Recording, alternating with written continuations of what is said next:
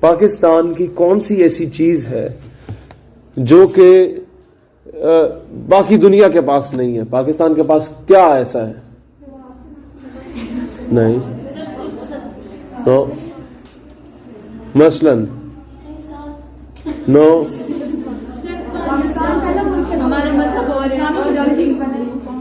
یہ بھی ٹھیک پوائنٹ ہے لیکن اسی سے ملی جلی ایک چیز ہے. نو ٹو سم ایکسٹینٹ. اور سارے محبے وطن ہیں اپنے اپنے ملکوں کے. کیا ایسا چیز اس کے علاوہ؟ یہ بات بھی بالکل درست ہے لیکن ایسی چیز جو پاکستان کے پاس ہے اور کسی ملک کے پاس اتنی سارے اسلام مسلمان چاہتے ہیں سیکریفائس کا. جو اسپرچل پاور پاکستان کے پاس ہے نا، ایک روحانی طاقت، وہ شاید ہی کسی اور ملک کو عطا کی گئی ہو. کہ آپ کا جو یہ ایک تو ایل او سی ہے نا جہاں بارڈ وار لگی ہوتی ہے، یہ انٹرنیشنل بارڈرز نہیں کہلاتے. جس علاقے پر پاکستان نے انڈیا سے کشمیر چھین لیا وہ پاکستان کے پاس ہے آزاد کشمیر. باقی جہاں پہ انڈیا قابض ہے وہ مقبوضہ کشمیر ہے. وہاں پر وائلیشن ہوتی رہتی ہے ایل او سی کی دونوں طرف سے. زیادہ انڈیا کرتا ہے، ہم لوگوں نے رسپونڈ بیک کرتے ہیں. انٹرنیشنل بارڈر ہو گیا آپ کا چونڈا سیالکوٹ کا، پھر آپ کا یہ قصور کا علاقہ ہو گیا، تھرپارکر کا علاقہ ہو گیا، شکر گڑھ کا علاقہ ہو گیا، جہاں مطلب بارڈرز ڈیفائن کر دیے گئے ہیں کہ this is Pakistan and this is India. لیکن کچھ جگہوں پہ پھر بھی بارڈ وائر نہیں لگی ہوتی. وہاں ریکی کرتے کرتے فوجی جو ہے نا 2-4 قدم آگے پیچھے اگر ہو جاتے ہیں نا تو فوجی پاکستان گاٹ اریسٹڈ. تو وہ چاہتا تو 2-4 بندے پھٹکا کے تو واپس بھی آ سکتا تھا وہاں کے گرائیوں کو. لیکن مسئلہ یہ تھا کہ وہ کیونکہ انٹرنیشنل بارڈر کی وائلیشن ہو جاتی، اس کے بعد انڈیا جو مرضی کرتا، لوگ وہ کلیم کر سکتے کہ شروعات آپ نے کی ہے. تو اس جوان نے قربانی دے دی، عقل مندی دکھائی کہ پاکستان میں حرف نہ آئے.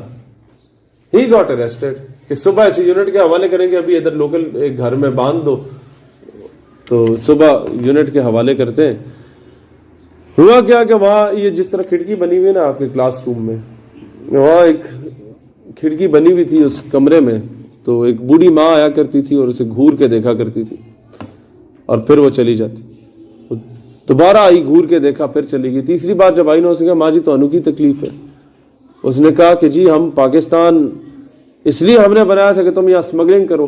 اس پہ اسمگلنگ کا الزام لگا دیا تھا. اب انڈیا جھوٹ بولنے میں اتنی مہارت حاصل رکھتا ہے اور انڈیا کی عوام اسے مان بھی لیتی ہے کیونکہ ان کی نیچر میں یہ چیز ڈال دی گئی ہے.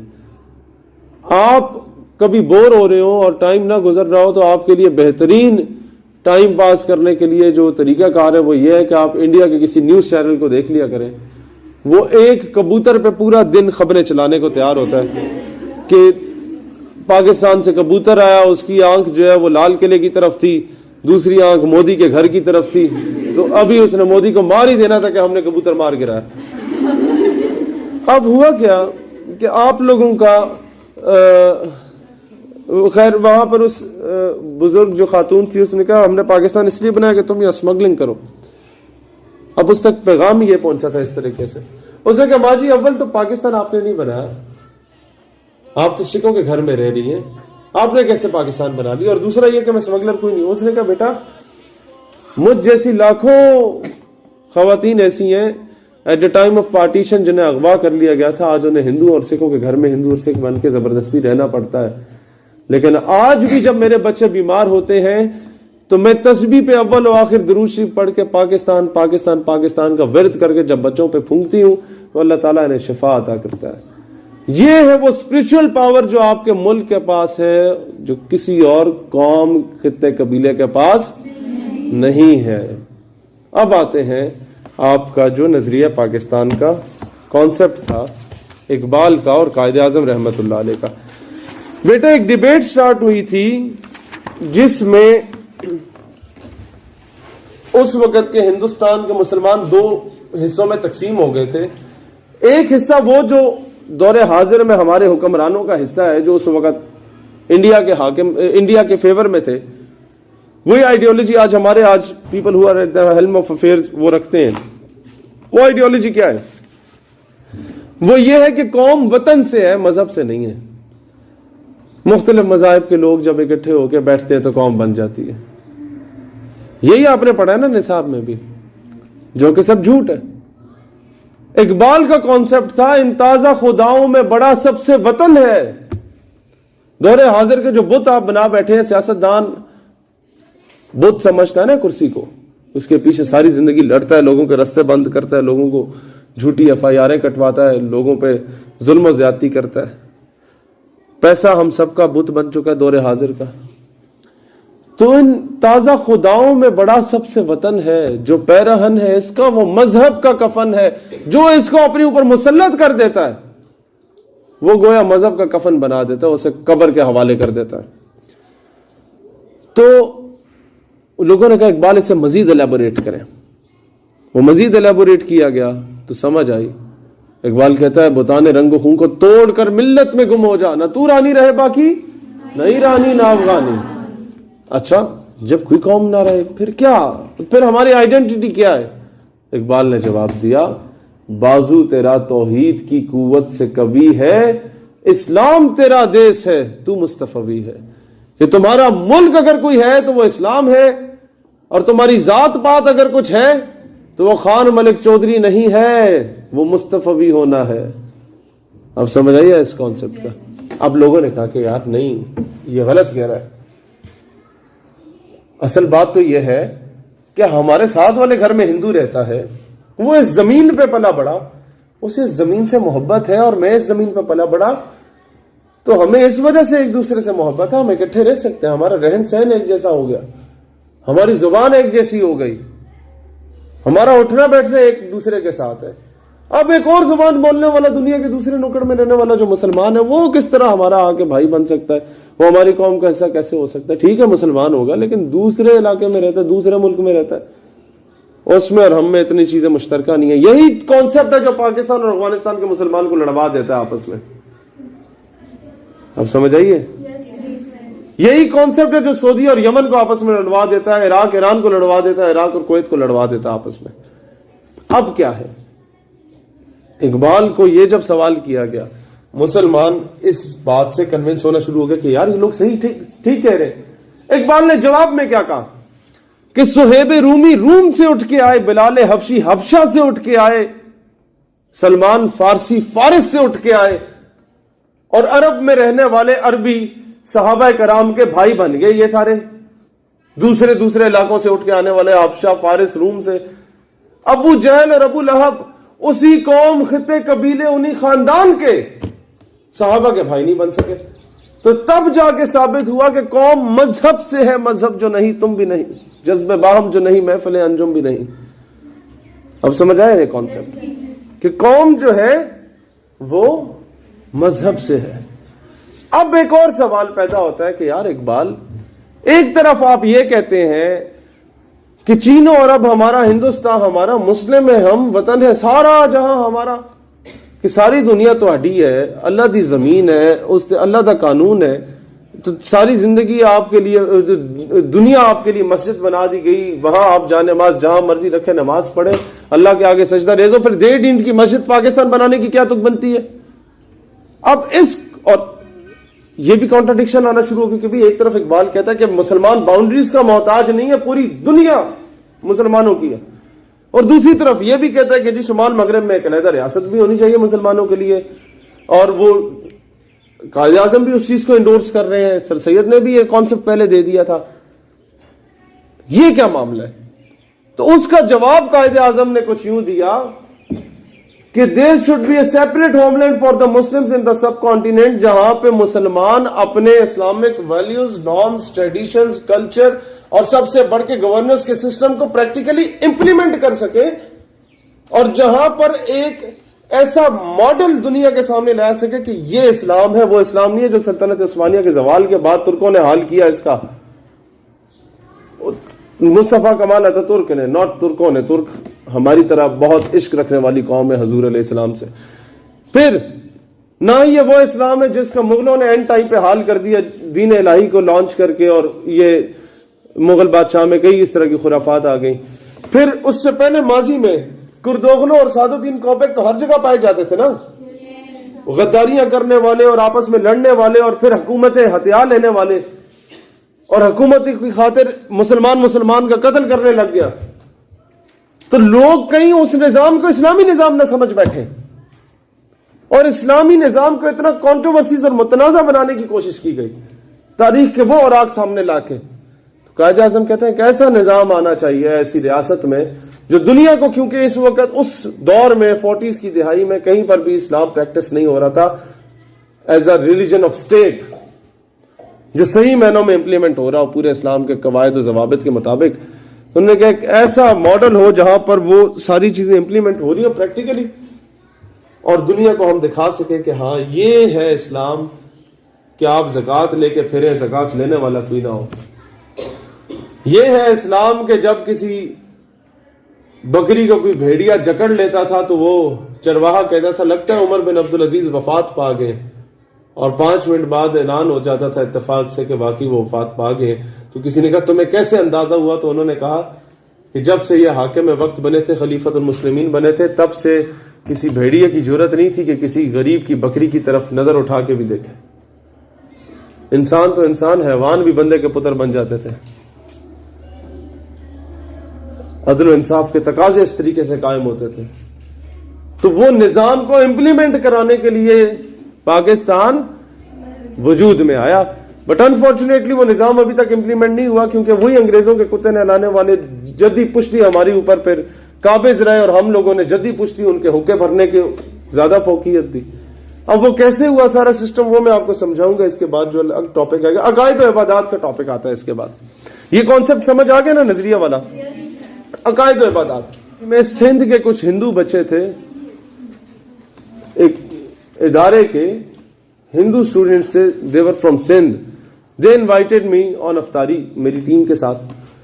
تو میں چلا گیا کہ یار ایک تو یہ ہندو ہے، دوسرا پاکستانی ہے، تو ایک اچھا امیج چلا جائے گا ہم مسلمانوں کا کہ جی ہم لوگوں نے ان کی دعوت قبول کی. ہم وہاں گئے اور آئی ٹولڈ دیم کہ بھی اگر تمہیں کوئی یہاں پر اس لیے تنگ کرے کہ تم ہندو ہو تو you must tell me, I would be the first one to support you, کیونکہ تم اس خطے میں رہتے ہو اور میری ذمہ داری ہے میں مائنورٹیز کا خیال رکھوں. اچھا ہوا کیا، انہوں نے ہمیں تاجدار حرم قوالی بھی سنائی اور سارا سلسلہ ہوا. دین وہ مجھے لے گئے اپنے ہاسٹل میں کمرے دکھانے کے لیے. تو ایک کمرے میں بھگوان صاحب کی تصویر لگی ہوئی تھی، وہ نیلے رنگ کا تھا. دوسرے کمرے میں ہم گئے تو وہ ایک اور رنگ کا تھا. تو میں نے اس سے پوچھا یار یہ تم دونوں کے کمرے الگ الگ ہیں اور بھگوان الگ الگ ہیں، اس کی کوئی خاص وجہ؟ تو جو ہندو کالے رنگ کا تھا وہ ذرا سر جھکا کے وہ چپ ہو گیا. جو چٹے رنگ کا ہندو تھا اس نے مجھے بتایا کہ یار اصل میں ہم لوگ برہمن ہیں تو ہمارا بھگوان بھی ذرا اونچی ذات کا ہوتا ہے، تو یہ دلت ہے تو ان کا بھگوان بھی چھوٹے لیول کا ہوتا ہے. تو میں نے تب دل میں شکر ادا کیا اللہ کا کہ اللہ نے ہمیں اس مذہب میں اس گھر میں پیدا کیا جہاں پہلے سے وہ مذہب پریکٹس کیا جا رہا تھا، جہاں محمود و ایاز ایک ہی صف میں کھڑے ہوتے ہیں، جہاں بندہ نواز جو ہے وہ ایک ہی صف میں کھڑے ہوتے ہیں، جہاں پر بندہ و صاحب و محتاج و غنی ایک ہوئے.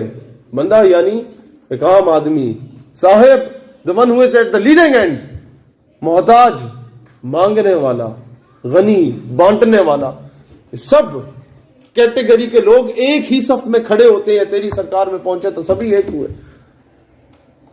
کبھی ایسا نہیں ہوتا کہ جناب آپ کے پرنسپل یا کوئی ٹیچر آ کے بولے کہ جناب کیونکہ میں آپ سے سینئر ہوں، آپ سے لیٹ پہنچا ہوں، لہٰذا میں چوتھی صف میں نہیں کھڑا ہوں گا، میں پہلی صف میں کھڑا ہوں گا، آپ پیچھے جا کے کھڑے ہوں. کبھی ہوا یوں؟ کبھی ایسا نہیں ہوا. دس از واٹ اسلام از. دوسری طرف کیا تھا ہندوازم میں؟ A Brahman, a Shudra and Dalit is not allowed to shake hand with a Brahman. A Shudra and Dalit is not allowed to enter into a temple of a Brahman.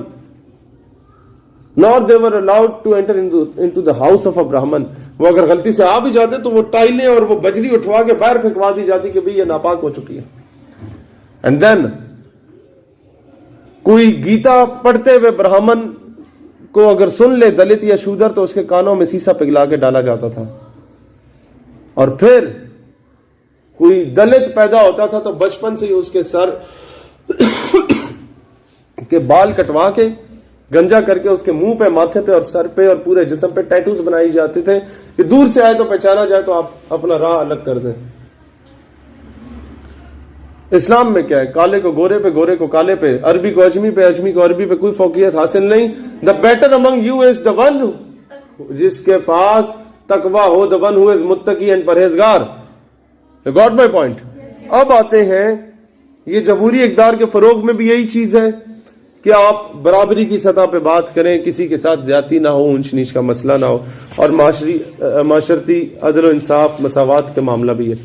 شہریوں کے حقوق و فرائض میں آتے ہیں تو سب سے پہلی بات یہ ہے کہ آپ کے شہریوں کے حقوق کیا ہیں.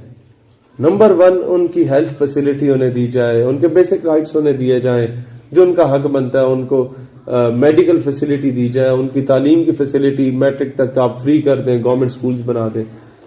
نمبر 2، شہریوں کے فرائض کیا ہیں جو ریاست کے حق ہیں کہ شہری جو ہے وہ بندے کا پتر بن کے ٹیکس ادا کرے تاکہ ریاست کو قرضے نہ لینے پڑے.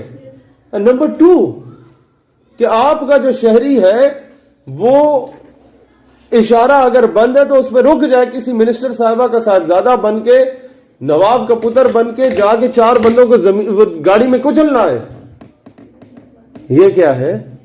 شہریوں کے فرائض اور ریاست کے حقوق ہیں یہ کہ آپ اس کے لا اینڈ آرڈر سچویشن کو تو فالو کریں، رولز اینڈ ریگولیشن کو تو فالو کریں. یہ ریاست کا حق بنتا ہے اور شہریوں کے فرض بنتے ہیں.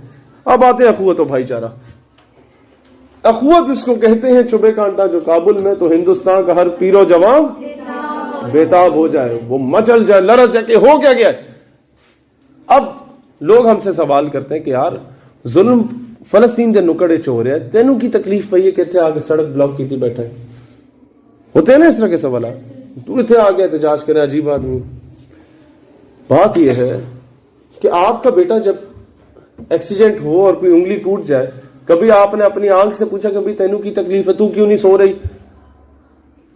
ٹوٹی تو انگلی ہے تو تمہیں نیند کیوں نہیں آ رہی؟ تو جواب یہی ملتا نا کہ ایک ہی جسم کا حصہ ہے. Got my point. کہ جسم کے ایک حصے میں تکلیف ہو تو پورا جسم اسے محسوس کرتا ہے. فلسطین، لیبیا، سیریا، لیبنان، افغانستان، دنیا کے کسی نکڑ میں مسلمان پہ ظلم ہو اور ہمیں اس کی تکلیف محسوس نہ ہو، ہم بزدل اور بغیرت بن کے سو جائیں نا سکون کی نیند، اس کا مطلب ہے کہیں نہ کہیں ایمانی تقاضے کو ہم پورا نہیں کر رہے. تو اخوت اس کو کہتے ہیں. اب آتے ہیں پاکستان مسلمانان بر صغیر کی جدوجہد کا نتیجہ اور سر سید کی تحریک اور یہ سارا سلسلہ. 1857 کی جنگ آزادی میں مسلمانوں نے ڈیسائیڈ کر لیا تھا کہ اب ہم مزید انگریزوں کے زیر اثر نہیں رہنا چاہتے، ہم اپنی ایک جداگانہ ریاست چاہتے ہیں اور آزادی چاہتے ہیں. مسلمان سٹوڈ اپ. لیکن پھر جو کردوغلوں والا ایک نیچر کے لوگ ہوتے تھے وہ ہمیشہ سے ہمارے درمیان رہے. 20 روپے کے عوض ایک مجاہد کی مخبری کیا کرتے تھے وہ. اور پھر دوسری چیز آپ کو اس بات کا پتہ ہے، یہ جو بڑے بڑے جاگیردار نواب وڈیرے سرمایہ دار بنے یا کس طرح بنے تھے انگریزوں کے دور میں، ان لوگوں کو ایک رول انہوں نے نکالا انگریزوں نے کہ اگر کوئی بندہ ہمارے خلاف جہاد کر رہا ہے مسلمان، آپ اس کی مخبری کرتے ہیں کہ یہ یہاں پہ چھپا ہوا ہے اور وہ واقعی وہاں چھپا ہو اور ہم اسے مار رہے ہیں تو اس کے نام پہ جتنی جائیداد ہے وہ آپ کو دے دی جائے گی. اس طریقے سے 40 50 گاؤں کے مالک بن گئے. پتہ ہے آپ لوگوں کو یہ سب وہاں کے مخبر، یہ وہ لوگ جنہوں نے مسلمانوں سے غداریاں کی تھیں، یہ آج آپ کے اوپر قابض ہے، جدی پشتی قابض ہے. ان کے باپ دادے ان کے انگریزوں کے حقے بھرا کرتے تھے. اور مسئلہ یہ ہے کہ ہمارے بھی پاکستان بننے کے بعد پیو دادے کے دور کے جتنے لوگ ہیں وہ سارے یہی کام کرتے رہے، انہی کے حقے بھرتے رہے. خان صاحب، یہ ملک صاحب، یہ چودھری صاحب، فلانے صاحب، ڈمکانے صاحب، یہ سب سے بڑے فراڈیے صاحب ہوتے ہیں. لیکن مسئلے یہ ہے کہ ہم لوگوں نے ان کی غلامی کے شکنجے سے خود کو نکالنے کی کوشش نہیں کی. ہم لوگ پی ایچ ڈی کرنے کے بعد بھی نواب کے گٹوں میں بیٹھے تھے جو خود انڈر میٹرک ہے. تو پھر ڈگری کو آگ لگا دو نا بیٹا، کیا فائدہ اس ڈگری کا؟ میرے دادا کہتے تھے کہ اس ڈگری کو بھی آگ لگا دو کہ اگر تم پی ایچ ڈی کر کے آ جاؤ اور اپنے پنڈ میں کسی بوڑھے آدمی سے ایک ہاتھ سے جا کے سلام کرتے ہو تو تمہیں اگر ادب نہیں آتا تو پھر بھی آگ لگا دو، اور ڈگری کرنے کے بعد ایک ان پڑھ نواب وڈیرے کے گٹوں میں بیٹھنا ہے تو پھر بھی آگ لگا دو. وہ ہمارے دور کی روایتوں کو بھی تم لوگوں نے توڑنا ہے. ہم لوگ غلطیاں کر بیٹھے ہیں, تم لوگوں نے نہیں کرنی. سمجھ لیں اس چیز کا. اب آتے ہیں علی گڑھ کی تحریک پہ کہ 1857 کی جنگ آزادی کے بعد انگریزوں نے کریک ڈاؤن کرنا شروع کر دیا مسلمانوں پہ, ہر جگہ دیوار سے چنوا دینا. بھائی ہوا کیا؟ Sir Syed stood up and he said کہ بھائی ہن تے سروائیول دی جنگ ہے, از دا وار آف سروائیول, کہ ہن زندہ رہنا ہی اسے چی امان سمجھو اپنی. تو ان کی کریے, انہوں نے کہا سارے انگریزی سیکھو. کیسے؟ کہ جب انگریزی سیکھو گے تو you would be able to convince them, logically convince کر پاؤ گے. اچھا دوسری کیا چیز ہے؟ انہوں نے کتابیں لکھنی, رسالہ اسباب بغاوت ہند. پھر دوسرا لکھا, اس میں لکھا کہ جی مسلمانوں کو کسی پاگل کتے نہیں کاٹا تھا, خواہ میں آپ کے اوپر یہ آگے حملہ کر لیں. آپ نے ساری نوکریاں اٹھا کے ہندوؤں کو دے دی, آپ نے ساری جائیدادیں اٹھا کے ہندوؤں کو دے دی, مسلمانوں کو آپ نے ایک نکڑ سے لگا دی, تو مسلمان نہ کرتا جنگ تو اور کیا کرتا. اور پھر ساتھ ہی لکھ دیا کہ لوئل محمدینز آف انڈیا, کہ ساڈے تو بڑا توڑا وفادار ہے ہی کوئی نہیں. اب لوگ کہیں جی سر سید جو ہے وہ تو امریکہ کا, وہ سوری انگریزوں کا پٹھو ہو گیا.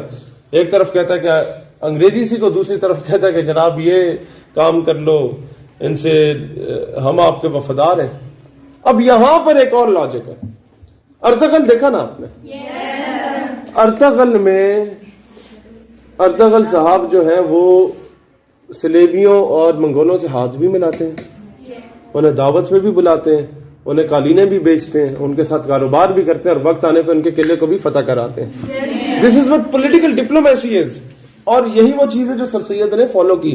مسلمانوں سے غداری کر کے ان کی مخبری کرنا ہے سم تھنگ ایلس, لیکن مسلمانوں کی جان بچانے کے لیے حکمت مومن کی میراث ہے, کھوئی ہوئی میراث جسے مسلمان کھو بیٹھا ہے. وہ حکمت سے چلتا نہیں ہے, وہ کہتا بس ابھی چڑھ دوڑے یا پھر غلامی کرے. حکمت سے چلو تو آپ لوگ ہر چیز کو وقت آنے کے ساتھ ساتھ, جس طرح یہودیوں نے غلامی میں رہے 1001 سال, اس کے بعد انہوں نے جناب حکمت عملی کے ساتھ چلتے چلتے پوری دنیا کی اکانومی اور پوری دنیا کے میڈیا پہ قبضہ کر لیا. اب وہی اچھا ہے جو میڈیا اچھا بتاتا ہے. پوری قوم ملالہ کو ہیرو ماننے کو تیار ہے, میڈیا کہتا ہے ٹھیک ہے, ٹی وی پہ آتی ہے. اسی طرح نا پوری قوم کہتی ہے عافیہ صدیقی جناب غلط ہے, میڈیا جو کہہ رہا ہے غلط ہے تو غلط ہے. تو نیریٹو بلڈنگ جو ہے نا, یہ میڈیا نے کرنا شروع کر دی, جھوٹ کو سچ, سچ کو جھوٹ بتانا شروع کر دیا. اب آتے ہیں اگلے پوائنٹ پہ.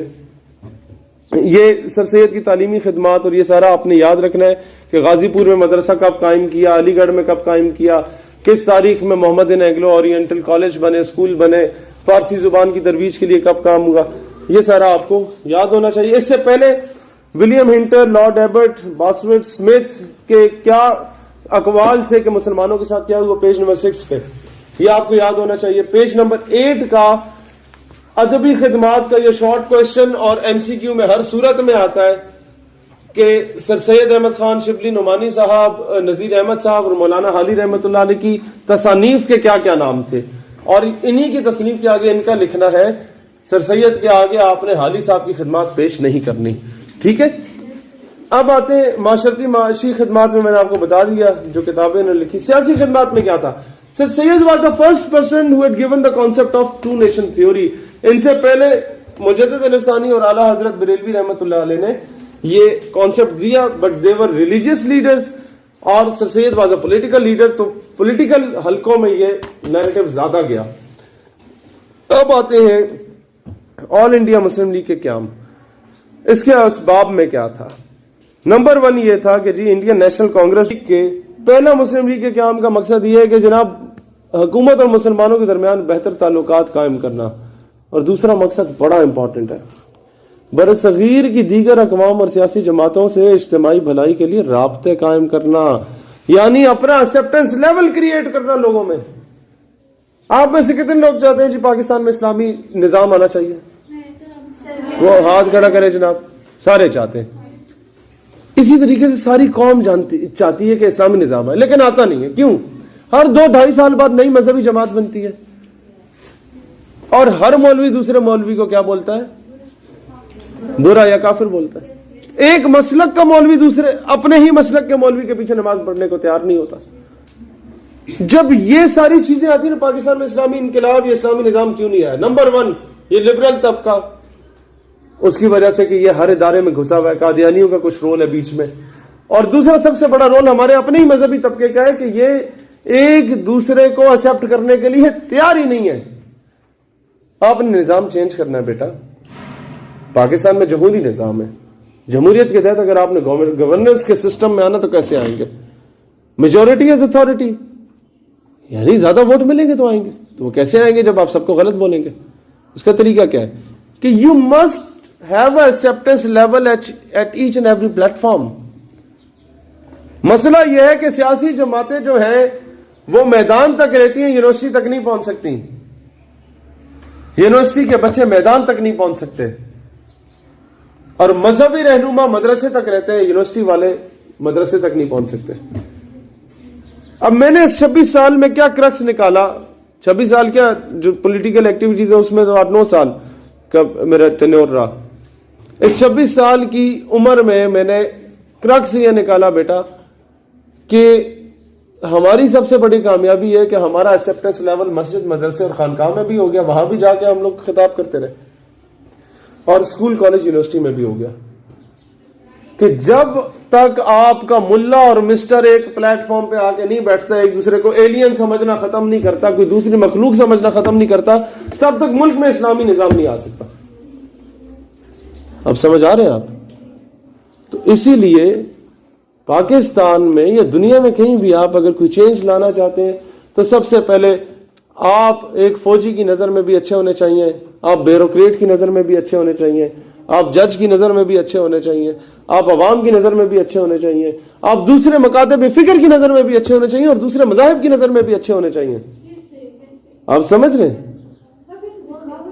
نو، قائد اعظم رحمت اللہ علیہ کے بارے میں کوئی ایک نیگیٹو پوائنٹ آج کوئی نکال نہیں سکا، ایون ہندوز ور اگینسٹ دیم، لیکن کوئی نیگیٹو پوائنٹ نہیں نکال سکا۔ آپ اپنا ویک پوائنٹ نہ دینا، نظریے پہ میں نے کبھی کمپرومائز نہیں کیا، لیکن میں نے کیا قائد کی چیز کو فالو کیا کہ کوشش کی ہے کہ کم سے کم ویک پوائنٹ دیے جائیں، کہ آپ کے دشمن کو موقع نہیں ملے کہ آپ کے کریکٹر پہ کسی قسم کا وار کرے، آپ کی نظریں نیچے ہونی چاہیے، نمبر 1۔ نمبر 2، حیا کا پیکر ہونا چاہیے۔ جب ایک مولوی کسی بچے کے ساتھ زیادتی کرتا ہے نا تو پوری دنیا میں جو بدنامی ہوتی ہے وہ اسلام اور مدرسے کی ہوتی ہے، مولوی کی نہیں ہوتی، کیونکہ مولوی کو کوئی نہیں جانتا اس بندے کو، مسٹر ایکس وائی زی کو۔ آپ سمجھ رہے ہیں؟ تو اس آئیڈیالوجی کا پرچار کرنے والا جب بندے کا پتر نہیں ہوگا تو نقصان کس کا ہوگا؟ آئیڈیالوجی کا، اس کاز کا۔ آپ سمجھ رہے ہیں؟ تو ویک پوائنٹ کم رکھیں اپنے، تو دشمن بھی مانے گا کہ ہاں یہ دشمن کیوں کہتا ہے خیبر واز یور لاسٹ چانس، دوبارہ موقع نہیں ملا، کیونکہ اس طرح کا باکردار آدمی، اس طرح کا باصلاحیت آدمی دوبارہ امت کو نصیب ہونے میں بڑا ٹائم لگتا ہے۔ اب سمجھ رہے ہیں ساری چیز کو؟ اب آپ کا اگلا پوائنٹ کیا تھا؟ مقاصد بیان ہو گئے۔ اب ہے کانگریسی وزارتیں 1937 اور 1939 کو ساری کی ساری کرسیاں جو جیت گئی وہ کانگریس جیت گئی، مسلمانوں کے حلقوں سے بھی جیت گئی، اور اللہ کا بڑا کرم ہے کہ وہ جیت گئے۔ وہ کرم کیسے؟ اللہ از دا بیسٹ پلانر، اس سے بہتر کوئی پلان نہیں کر سکتا۔ مسلم لیگ 2-4 سیٹیں جیتتی تو شاید کانگریس اپنی اوقات نہ دکھا پاتی۔ جب کانگریس سب کو جیت گئی نا تو مسلمانوں کے 2 دھڑے تھے نا، جو بڑا دھڑا تھا وہ یہ کہتا تھا کہ جی ہم انڈیا کے ساتھ ٹھیک ہے، تم لوگ خام خواہ میں نیا پاکستان بنانے کے چکر میں ہو، ایک الگ ریاست بنانے کے چکر میں، ہم ادھر ٹھیک ہے، خوش ہیں۔ اب کانگریس جیت گئی، اسے موقع مل گیا اپنی اصلیت دکھانے کا، اس نے جناب مسلمانوں کو زد و کوب کرنا شروع کیا، معصوم بچوں عورتوں کے ساتھ زیادتی کرنا شروع کر دی، ہم سے ہماری جائیدادیں زمینیں سب کچھ چھین لی گئی، مسلمانوں کے سرکاری نوکریوں سے ہٹا دیا گیا، جو کسی کو اچھے معزز شہری کو الاؤنس ملا کرتا تھا وہ رک گیا۔ مسلمان میں سے اکثریت کی یہ عادت ہے ہم لوگوں میں آج کل کے دور میں کہ جب تک ہمیں لتر نہیں پڑے ہم بندے کے پتر بنتے نہیں ہیں، ہمیں قدر نہیں آتی۔ جب تک بندہ مر نہیں جاتا تب تک ہم ٹرک کے پیچھے اس کی تصویر لگانے کو تیار نہیں ہوتے، یا اس کی تصویر اپنی پروفائل پکچر لگانے کو تیار نہیں ہوتے، یہ ہماری نیچر ہے۔ اب آتے ہیں اسلامی نظام کا قیام، یہ ایک ایسی ریاست جہاں پہ اسلام کو پریکٹس کیا جا سکے۔ اب آتے ہیں قرارداد پاکستان اس میں کیا تھا؟ علامہ اقبال رحمۃ اللہ علیہ نے 1930 کو آپ کے الہ آباد کے خطبے میں بتا دیا پاکستان کے بارے میں. چودھری رحمت علی نے جناب رسالہ لکھا 1933 میں، نا اور نیور، ابھی نہیں تو کبھی نہیں، اور مفت میں تقسیم کیا. یہ جو ہم نے نظریات کے نام سے کتاب لکھ کے مفت میں تقسیم کی تھی نا، اس کی وجہ یہ تھی کہ ہم نے چودھری رحمت علی کا یہ کانسیپٹ جو ہے وہ کاپی کیا کہ یار اس کانسیپٹ کے تحت ہم نوجوانوں کو سنڈریلا یا مسچر سے اٹھا کے صلاح الدین ایوبی یا نور الدین زنگی تک لا سکتے ہیں. لیکن پھر ہم نے یہ دیکھا کہ یار یہ کتاب بیچی نہیں جا سکتی کہ قوم اتنی بڑی نواب ہے کہ یہ 20-30 روپے کا خرچہ نہیں کرے گی، تو انہیں مفت دے دو. مفت دیا تو قوم پھر بھی اتنی بڑی نواب تھی کہ انہوں نے کتابیں اٹھا کے گھر میں رکھ دی. لیکن ہم نے یہ کام جاری رکھا. اس کی وجہ کیا تھی؟ میں اپنے گاؤں میں بھی جاتا تھا نا، جو سفید قمیض پہن کے بچے نہیں جا رہے تھے چھوٹے چھوٹے گورنمنٹ اسکولوں کے، ان کو کتابیں دو تو خوشی خوشی 2-3 لے لیتے تھے. تو میرے کزن کہتے تھے کہ تم یہ پیسے ضائع کر. میں نے کہا نہیں. کہتے یہ پڑھیں گے نہیں، یہ ABC پڑھنے والے بچے ہیں، انہیں کتابیں کس طرح پڑھیں گے؟ میں نے کہا نہیں، یہ گھر لے کے جائیں گے، ان کے ماں باپ پڑھیں گے، ان کے چاچے مامے تائے پڑھیں گے، دادا دادی پڑھیں گے. لٹریچر کبھی بھی ضائع نہیں ہوتا، یہ نسلیں سنوار دیتا ہے.